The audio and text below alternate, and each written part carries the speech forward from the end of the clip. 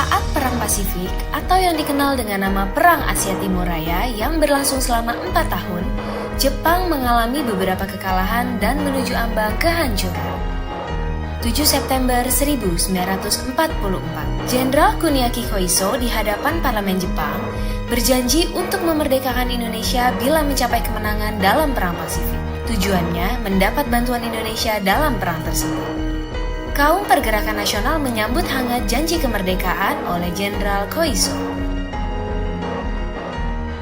Anggota Badan Penyelidik Usaha-Usaha Persiapan Kemerdekaan Indonesia (BPUPKI) dilantik oleh Jenderal Kumakichi Harada.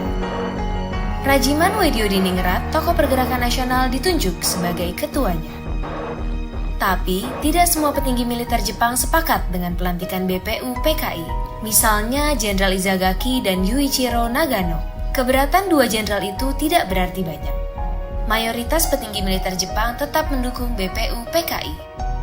Sidang BPUPKI dari 29 Mei sampai 1 Juni 1945 pun berjalan mulus. Setelah bersidang 2 kali, kerja BPUPKI berakhir dengan baik.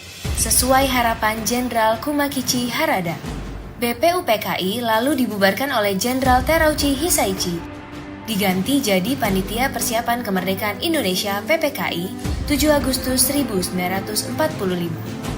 21 nama anggota PPKI diumumkan.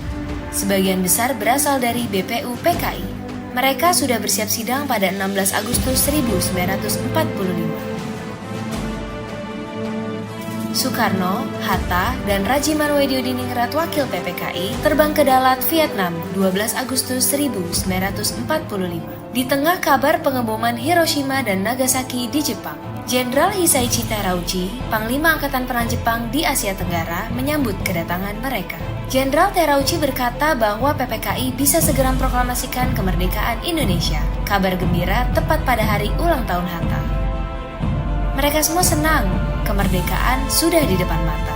Sepulang dari Vietnam, sejumlah pemuda dari organisasi Angkatan Pemuda Indonesia API membawa Soekarno dan Hatta ke Rengas Dengklok pagi hari 16 Agustus 1945. Dalihnya, situasi Jakarta genting, Bung. Pemuda mendesak Soekarno dan Hatta segera memproklamasikan kemerdekaan Indonesia. Jepang sudah menyerah, kata para pemuda.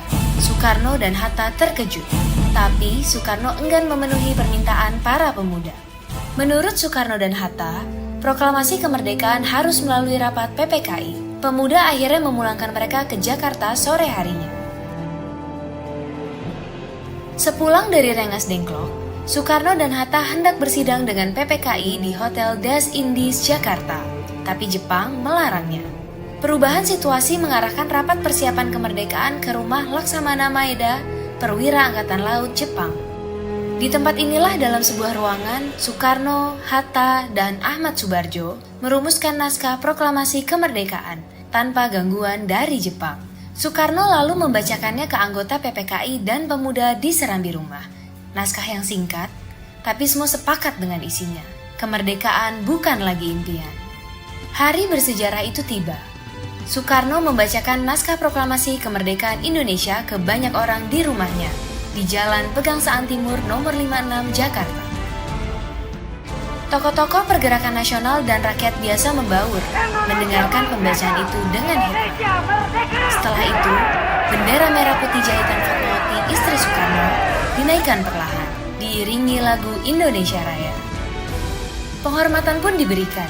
17 Agustus 1945, Indonesia akhirnya merdeka. Ini bukanlah pemberian, melainkan hasil perjuangan dari seluruh rakyat Indonesia.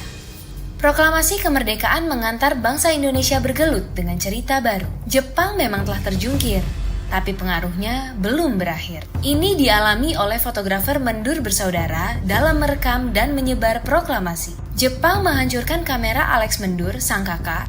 Karena itu, Franz, sang adik, mengubur negatif fotonya di halaman kantor Surat Kabar Asia Raya demi selamatkan bukti-bukti proklamasi.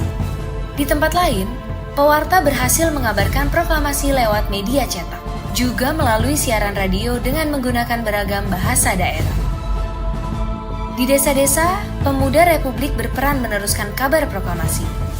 mereka berkeliling dan berteriak, "Jepang menyerah, Indonesia merdeka!"